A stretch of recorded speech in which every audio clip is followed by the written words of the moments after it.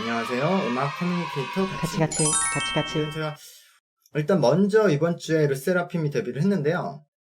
피어리스. 그래서 관련 리뷰는 제가 이미 올렸는데 그게 사실 굉장히 길게 얘기했거든요.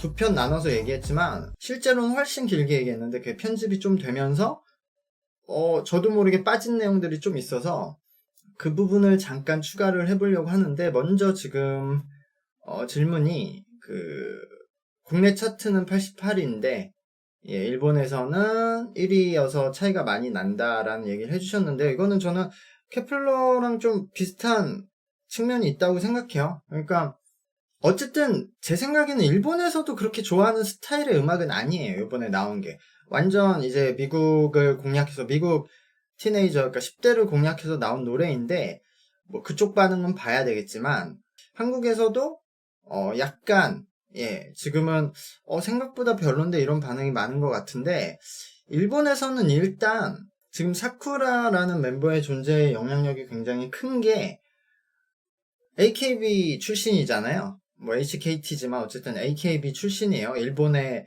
그런 성장형 아이돌 출신인데, 이 친구가 한국에 가서 아이즈원도 하고, 아이즈원 해체 후에도 하이브에 가서 여자 BTS 그룹이 된다는 데 들어갔잖아요, 사쿠라가. 그냥 일본인인데 한국이 픽업한 친구가 아니라 일본 자국 아이돌 그 팀에서 탄생시킨 멤버가 아이즈원에 가서 아이즈원 해체 후에도 거기서 2명 선택받은 채원하고 사쿠라가 거기 들어가서 센터격을 하고 있잖아요. 그러니까 일본인들 입장에서는 일단 사쿠라는 지금 묻지마 응원, 그런 존재가 된 거예요. 어느 정도 일본인들은 응원하게 만드는 그런 사람이 된 거죠. 그러니까 되게 상징적인 지금 인물이 돼서 사쿠라 영향력이 꽤 많은 것 같아요. 제가 봐도 원체 아이즈원의 인기도 더 많았고 한국보다. 하이브 입장에서 르세라핌이 어떻게 보면 그렇게 특별하지 않고 뭐 그럴 수도 있는데, 굉장히 막 신경도 많이 쓰고 주목을 많이 하려고 했던 게, BTS의 성공은 좀 논외잖아요. 다른 남성 팀들이 어느 정도 성공은 했지만, TXT나 엔하이픈이나 뭐 스트레이키즈도. 근데 차이가 엄청 많이 나잖아요, BTS와. 빌보드 100에 못 들어가고 있으니까. 근데 블랙핑크와 트와이스가 빌보드 100 안으로 들어갔잖아요. 단순히 빌보드 100 안에 들어간 게 아니라 약간 다른 양상이었거든요. 그러니까 BTS의 팬들, 그러니까 해외에 있는 K-팝 팬들이 블랙핑크와 트와이스도 좋아하지만, 얘네들이 그 빌보드 100 안으로 들어간 거는 그냥 현지 아무 사람들이나도 그냥 들어도 좋아하는 사람들이 많았어요. 꼭 K-팝 팬이 아니라, 그러니까 서양의 K-팝 팬이 아니라 일반인들도 듣고 이 사람들의 음악들은 소비를 했단 말이에요. 그러니까 동양 여성은 단순한 K-팝 팬이 아니라 그냥 일반 서양인들에게도 통했다는 걸 조금 보여준 거죠. 그래서 갑자기 다투어서 여성팀을 내기 시작한 거거든요. 이게 더 잘 되겠는데? 그래서 르세라핌에 좀 힘을 많이 준 건데, 아마 제 생각엔 앞으로 나올 세계관이 그 웹툰 뭐 양형수님의 덴마 이런 것처럼 좀 복잡할 걸로 생각을 하고 있어요, 저도. 그래서 서양에서 좋아하는 판타지인데 막 성경의 여러 모티브도 넣고 막 그런 표현하는 게 많아질 거라고 생각하는데, 그것들이 어느 정도 뭐 먹힐지는 봐야 될 것 같아요. 저도 사실 계속 긍정적으로 얘기를 하면서도 뒤에서는 애매한 부분이 있죠. 굳이 제가 초칠 필요는 없으니까. 근데 어쨌든 르세라핌이 지금 하이브 유니버스 세계관에서도 그래서 중요한 역할을 할 거예요, 아마. 이런 게 좀 국내에서는 이런 설정이 좀 이상하게 느껴질 테지만, 제가 예전에 트와이스의 그 사이언티스트 그거 리뷰를 할 때 이미 얘기를 했거든요. 이게 동양과 서양의 반응이 굉장히 달랐다고, 그 노래에 대한 반응이. 왜냐면은 동양에는 그런 과학자들의 판타지가 아직 없죠. 근데 서양에는 그 과학자에 대한 좀 판타지 그런 게 있거든요. 코스프레도 과학자 콘셉트, 그 코스프레를 많이 하고. 그래서 그 노래에 대한 뭔가 가사나 컨셉에 대해서 동양과 서양의 반응이 굉장히 달랐어요. 서양에서는 되게 좋아하는 사람이 많았는데 우리나라에서는 아무 반응도 없었죠, 그 노래에 대해서. 그러니까 그런 차이가 있어요. 지금 막 그 엑소의 초능력 때부터 시작해서, 그때는 뭐 서양에서 케이팝을 그렇게 좋아하지 않았지만 어쨌든 이런 세계관도 이런 판타지가 서양에서는 쉽게 받아들이고 좀 재밌게 받아들인 측면이 조금 더 있어요. 걔네들도 뭐 모두가 와 이거 좋네 이건 아니지만 우리보다는. 근데 우리는 뭐 이게 애들 뭐 장난이야? 뭐 이렇게 생각하는 게 있는 거죠 아직. 근데 저는 이쪽으로 가는 게 진짜로 현재 케이팝이 약간 만만치 않다는 상황에 와 있다는 걸 반증하고 있다고 생각이 들어요. 이렇게 세계관에 목매는 게. この番組はカチカチ、カチカチ。の提供でお送りします。 그리고 저는 에스파가 자기네들 세계관 공개할 때 영상으로 공개하잖아요. 직접 연기를 해서 나름 그래도 돈 많이 들이고 막 CG 넣고 재밌는 시나리오거든요. 예전에 잭스키스 그러니까 세븐틴이었나? 그런 영화 찍은 적 있거든요. 근데 그 영화는 나름 재밌었어요. 제가 어릴 때 봐서 뭐 그런 거 몰랐는데 저도 에스파의 세계관 영상을 좋게 생각하는데 전 그리고 그 SCU의 시나리오를 굉장히 재밌게 보고 있는데요. 근데 이제 좀 이거 너무 애들 유치하다라고 보는 사람들 있으니까 그 사람들 입장에서는 막 판타지에 막 휘황찬란한 지금 없는 막 의상을 입고 나와서 멤버들이 가수인데 막 연기하니까 그게 그냥 보기만 해도 어색하게 느껴지는 지점이 있는 것 같아요.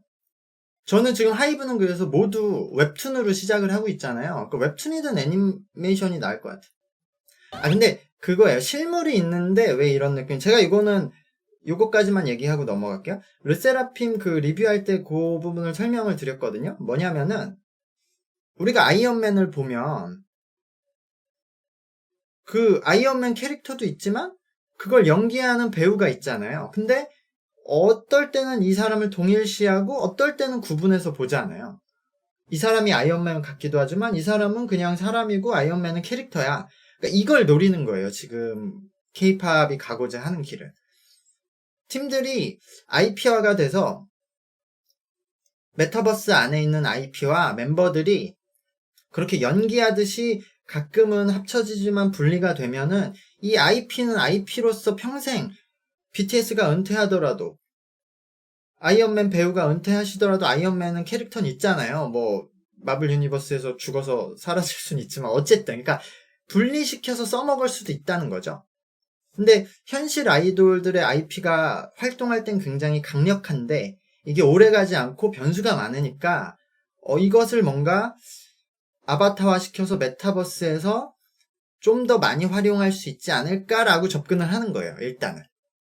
아니요, 근데 에스파의 컨셉이 지금 막 조금씩 힌트가 나와서 이게 뭐야 이래서 그러는데 원래는 시나리오가 굉장히 탄탄해요. 거의 뭔가 뭐 해리포터 같이 이렇게 긴 얘기가 있어요. 그게 조금씩 나올 건데 이게 언제는 NCT 뮤비에 나왔다가 언제는 뭐 레드벨벳 뮤비에 나왔다가 이러니까 좀 복잡해. 그래서 제가 그냥 BTS처럼 하나의 웹툰으로 그리는 게 더 좋겠다고 말을 한 거였죠. 그것 때문에. 근데 에스파도 사실은 하나의 책처럼 시나리오는 탄탄하게 있는 걸로 알고 있어요. 이제 DC는 근데 지금 이제 이렇게 약간 꼬꾸라지고 있는 모양새고 근데 DC도 사실 그걸 매니아화 하는 거거든요. 그러니까 기본적인 팬층은 이제 어느 정도 생겼으니까 이거를 핵심 정말 마블을 좋아하는 사람들은 뭘 내도 다 보니까 얘네들을 노려서 그러니까 지금 아이돌 세계랑 똑같은 거예요. 아이돌 세계도 계속 팬덤화를 가속하잖아요. 예전처럼 많은 사람들한테 노출하는 게 아니라 우리를 좋아하는 사람들한테 적극적으로 어필해서 더 많이 굿즈를 사게 하는 마블도 그렇게 가는 거예요. 마블 그 핵심 팬덤들한테 좀 더 많이 뭘 판매하려고 가는 건데 그게 좋을지 저게 좋을지는 잘 모르겠어요. 하이브는 그래서 일단 독자의 그 시나리오로 가고 있어요. BTS는 BTS 이야기, 뭐 엔하이픈은 엔하이픈, TX는 TXT, 르세라핌. 근데 이게 나중에, 그러니까 마블도 처음에 그랬잖아요. 각자 시나리오 가고. 나중에 이게 잘 되면 합치고 잘 안 되면 안 합치려고 하더라고요. 물어보니까. 그러니까 지금 복잡해요. 이쪽도. 그냥 노래 좋아하면 노래만 듣잖아요. 예를 들어 에스파라고 치면 에스파 노래 좋아. 뭐 멤버들 좋아. 그럼 영상 보고. 근데 난 너무 좋아서 세계관도 볼래 하는 사람이 있고 안 볼래도 있잖아요. 근데 해서 손해는 없다. 이게 있는 거죠. 그 세계관을 만들어 놓으면 관심 있는 사람들은 보고 더 몰입이 되고 관심 없는 사람들은 안 봐도 그냥 멤버들 얼굴 보고 춤 보고 노래만 보니까 만들어 놔서 뭔가 탈덕을 하는 사람은 없으니까 다 세계관을 만들려고 하는 거죠. SM이나 YG, JYP, 하이브의 세계관 유일하게 가능성이 있었던 게 사실 SM과 하이브죠. SM이 만약에 CJ가 인수를 했었다고 하면 CJ와 하이브의 합작회사인 빌리프랩이 있는데 빌리프랩도 하이브 유니버스 세계관에 들어가거든요. 사실은 그럴 가능성이 있었다가 지금 어그러졌죠.